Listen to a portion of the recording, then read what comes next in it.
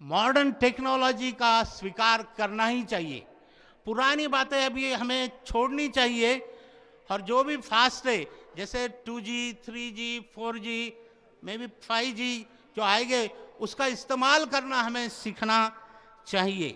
Technology के द्वारा हम हमारे भाइयों का अज्ञान दूर कर सकते हैं, और जब अज्ञान दूर होगा तो यूनिटी अपने आप हमारे जीवन में आएगी।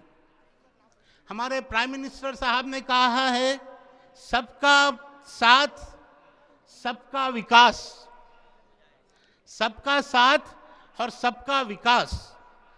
यदि हमें यूनिटी पे भरोसा है तो ही ये बात सही उतरेगी। यदि हमने किसी कौम को निग्लेक्ट किया या किसी कौम के पास ही ज्यादा काम का लोड दिया तो उससे एकता नहीं आएगी। यदि हमें इस देश का विकास करना है तो सभी भाइयों को, सभी लोगों को एक भारतीय दृष्टिकोण से देखना चाहिए। हम सब भारतीय हैं और इसी दृष्टि से हमें देखना चाहिए।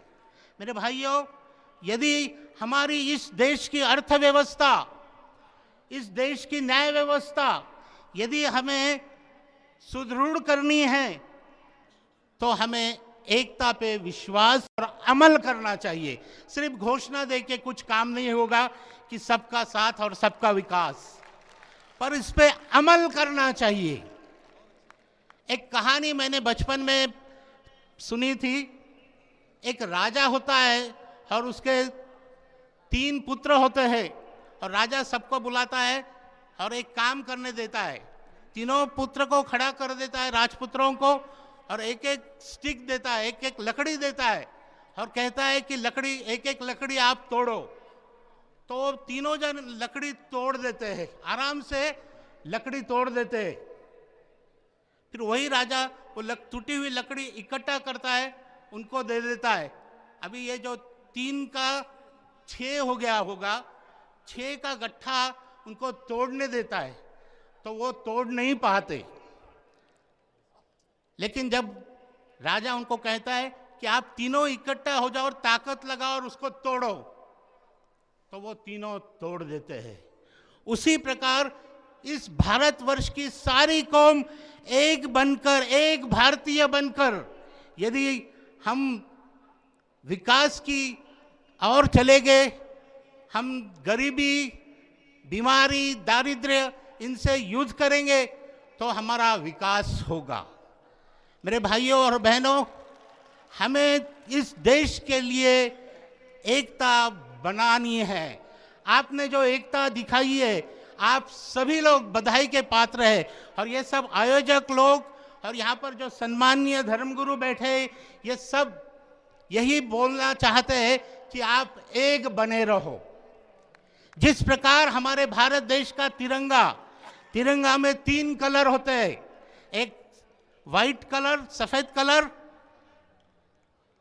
सेफ्रॉन को क्या बोलते हैं, नहीं दूसरा भगवा कलर, और तीसरा हरा कलर।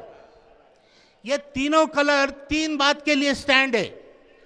सफेद कलर शांति के लिए खड़ा होता है, हरा कलर प्रॉस्पेरिटी, भरभराट, कल्याण, भरभराट के लिए स्टैंड करते हैं, और सेफ्रॉन कलर शांति, समृद्धि, एकता के लिए है। इनमें से एक भी कलर निकाल दो तो तिरंगा नहीं कहलाएगा। और उसमें जो चक्र है नीला कलर के 21 वाला, उससे हमें सीख मिलनी चाहिए कि जिस प्रकार वो जो चक्र है वो एक है, उसी प्रकार हमें एक बनना है। आज इस शाम के वक्त यदि मैं थोड़ा टाइम लिया तो भी कोई हर्ज नहीं। यदि इस तिरंगे को भी देखा और तिरंगे को देखकर आपने ये कहा कि जिस प्रकार इस तिरंगे में एकता है, उसी प्रकार हिंदू रहो, ईसाई रहो, मुस्लिम रहो, सिख रहो, पारसी रहो, हम सब एक है, हम सब भारतीय है। ऐसा यदि हम कहेंगे तो ही इस भारत का विकास होगा और भारत बलाढ्य राष्ट्र बनेगा। इसी कामना के साथ मैं आशा करता हूं कि आप सभी लोग इस राष्ट्रीय एकता दिन के अवसर पर आप सभी लोग एकता में बने रहेंगे और एकता को टूटने नहीं देंगे। धन्यवाद। बहुत खूब, बहुत खूब। बुजुर्गों और दोस्तों, कुरान कहता है, या अय्युहन्नासु तक़ू रब्बकुमुल्लज़ी खलक़कुम मिन नफ्सिन वाहिदा। ऐ लोगों, अपने उस परवरदिगार से डरो जिसने तुमको एक जान से पैदा किया। यानी तुम एक माँ बाप की औलाद हो।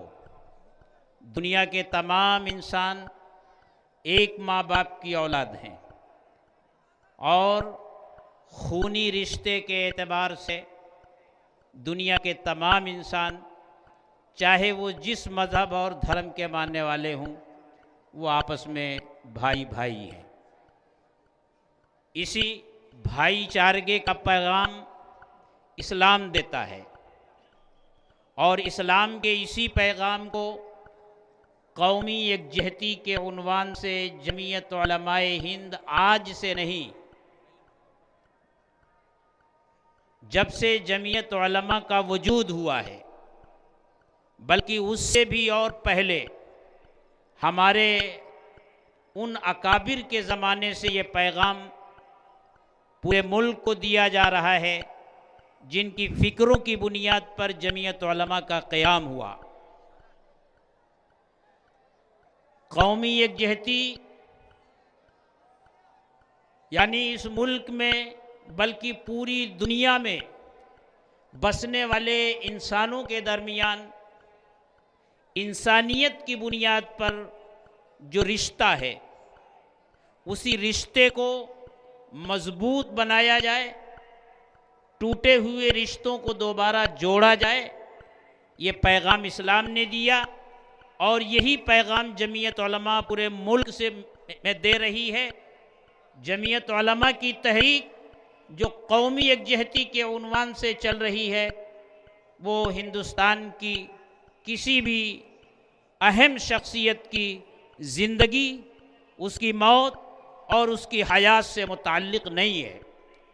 आपको याद होगा, जब मुल्क में आज़ादी की लड़ाई लड़ी जा रही थी और अंग्रेज़ इस मुल्क में मुसलमानों और हिंदुओं के दरमियान नफ़रत की दीवार खड़ी करके और आज़ादी को पीछे ढकेल रहा था, उस ज़माने में जमीयत उलमाए हिंद के उस वक्त के सदर शेखुल इस्लाम हज़रत मौलाना हुसैन अहमद मदनी रहमतुल्लाह अलैह ने दिल्ली के अंदर एक जलसे में ये ऐलान किया था कि कौमें वतन से बनती हैं, एक वतन में रहने वाले तमाम इंसान एक कौम कहलाते हैं। लिहाजा हिंदुस्तान के अंदर जितने भी लोग बसते हैं, उनका मज़हब कुछ हो, उनका धर्म कुछ हो, वो किसी भी समाज से ताल्लुक़ रखते हों, वो एक कौम है। जमीयत उलमा का ये एक कौमी नज़रिया था और इसी नज़रिए को इस मुल्क में बाकी रखने के लिए जमीयत उलमा ने लड़ाई लड़ी, मुल्क की तक़सीम की मुखालफत की और सबसे पहले मुस्लिम फ़िरका परस्ती के सामने डटकर खड़ी हुई। कौमी यकजहती का ये पैगाम जमीयत उलमा कोई चंद सालों से नहीं, बल्कि उस ज़माने से जब इस मुल्क में तहरीक आज़ादी चल रही थी और अंग्रेज़ ये कोशिश कर रहा था कि लड़ाओ और हुकूमत करो, उस ज़माने से जमीयत उलमा इस मुल्क में कौमी यकजहती की तहरीक चला रही है और उसी को आज के सदर मोहतरम हज़रत मौलाना अरशद मदनी दामद बरकातहुम ने एक नई ज़िंदगी दी है और हमारे उस प्रोग्राम में एक नई रूह फूंकी है और हजरत सदर मोहतरम के कदम जब इस मुल्क में इस प्लेटफार्म पर आगे बढ़े तो आज हिंदुस्तान की तमाम तंजीमें, तमाम जमातें किसी न किसी नाम से और किसी न किसी उन्वान से कौमी यकजहती के प्रोग्राम कर रही हैं, कौमी यकजहती का पैगाम दे रही हैं। ये जमीयत उलमा की पहल है और हमारे सदर मोहतरम की बसीरत है कि उन्होंने बरवक्त फैसला किया कि इस मुल्क में कौमी तहरीक और कौमी यकजहती की तहरीक चलाई जाए। मेरे दोस्तों, बड़ी कीमती बातें आपने सुनी। अभी हमारे बहुत से मुअज़्ज़ज़ और मोहतरम मेहमान बाकी हैं। अभी तो हम सबको अपने मोहतरम जनाब गुलजार अहमद आज़मी साहब को भी सुनना है और तफसील से सुनना है, लेकिन इससे पहले कि मैं जनाब गुलजार अहमद आज़मी साहब को आपके सामने आने की उनसे दरख्वास्त करूं, मैं दरख्वास्त करता हूं नांदेड़ से आए हुए बाबा जी संत भेजेंद्र सिंह साहब से कि आप तशरीफ़ लाएं और अपना पैगाम इस मजमे तक पहुंचाएं।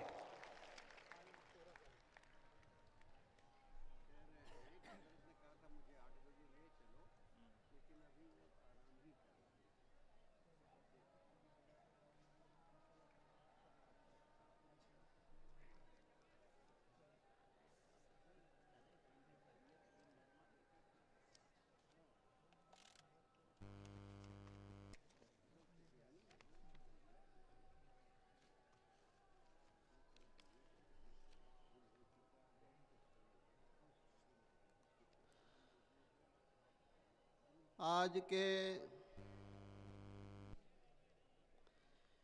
इस राष्ट्रीय एकता सर्वधर्म महासम्मेलन महान धुलिया की ये धरती, जिस धरती के ऊपर हम सभी एकत्रित होकर के जैसे कि परमात्मा भगवान गॉड अल्लाह इतना विशाल होता है, उसकी विशालता के बारे में हमारी ज़ुबान रसना बयान नहीं कर सकती। तो आज उस विशालता की मिसाल हमारे इस्लाम धर्म के भाई बंधु, सभी इस्लाम जमीयत के इस्लाम धर्म वाले भाई लोग यहाँ पर प्रत्यक्ष उस मिसाल को कायम करके एक मिसाल को कायम किया है, जिसका सबूत हम हमारे आँखों से नेत्रों से देख रहे हैं। तो मैं आप सभी से ये दरख्वास्त करूँगा,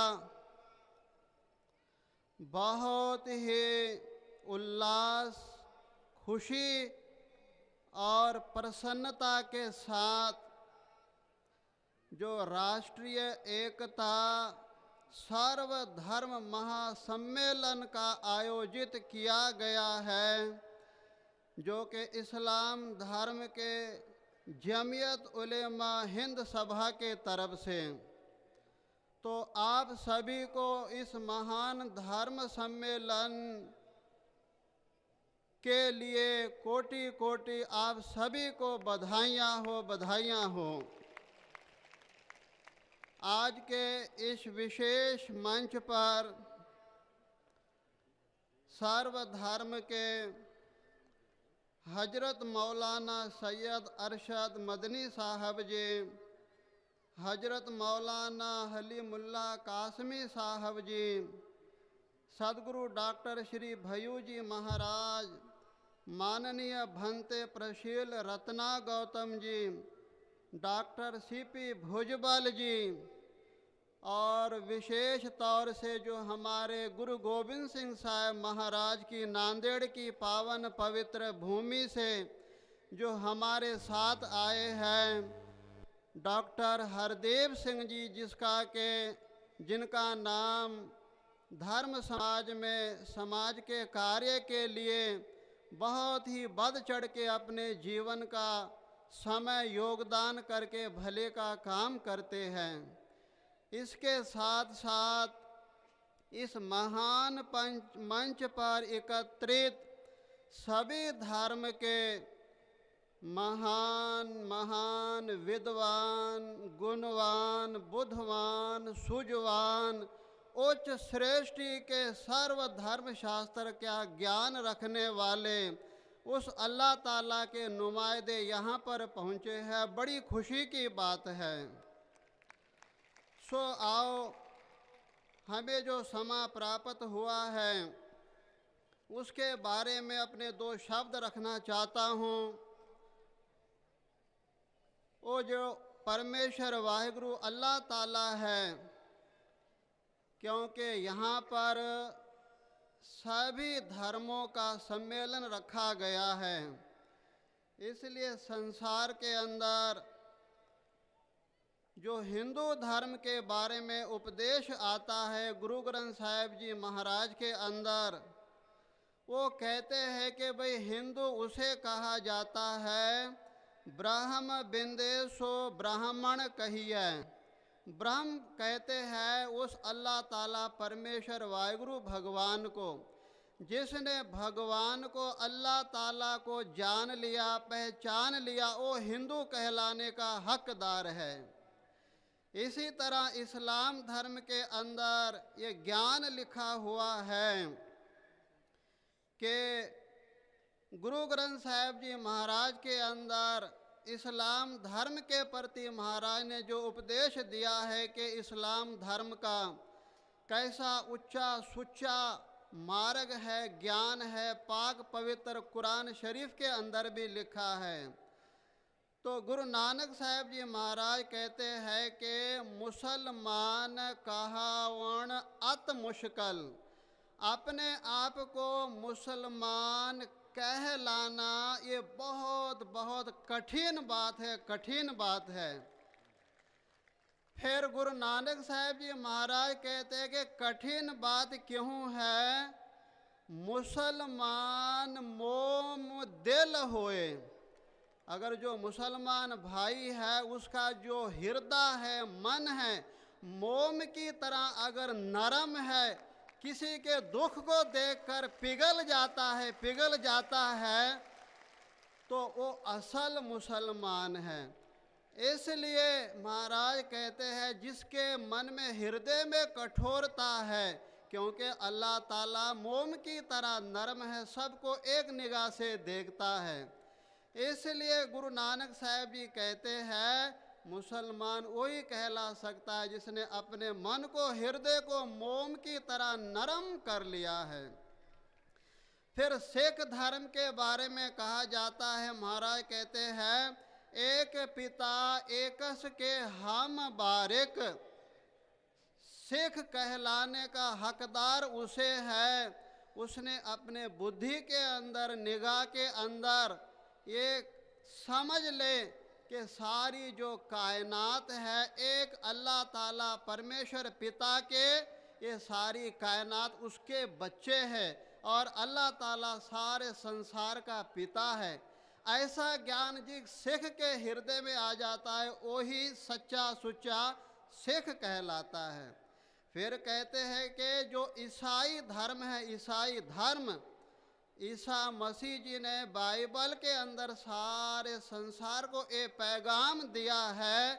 जिस वक़्त ईसा मसीह जी सूली के ऊपर चढ़ रहे थे, उन्होंने अपने अंतिम श्वास लेते हुए सारे ईसाइयों को ये उपदेश दिया कि मैं सिर्फ सूली के ऊपर इसलिए चढ़ रहा हूँ, मैंने पूरा अपना जीवन तुमको जो है उस अल्लाह ताला के सामने जोड़ने का ही प्रयास किया है। फिर जो बौद्ध धर्म है, महात्मा बुद्ध जी हुए हैं, जो महात्मा बुद्ध जी हुए हैं, उन्होंने जो परमेश्वर का ब्रह्म ज्ञान है उसको ऐसा बांटा उसको ऐसा बांटा। आप हजरात अपनी अपनी जगहों पर तशरीफ रखें, रास्ता आने दें गाड़ी के लिए। आप हजरात तशरीफ रखें अपनी जगह पे। और जो बुद्ध धर्म के महात्मा बुद्ध जी हुए हैं, जो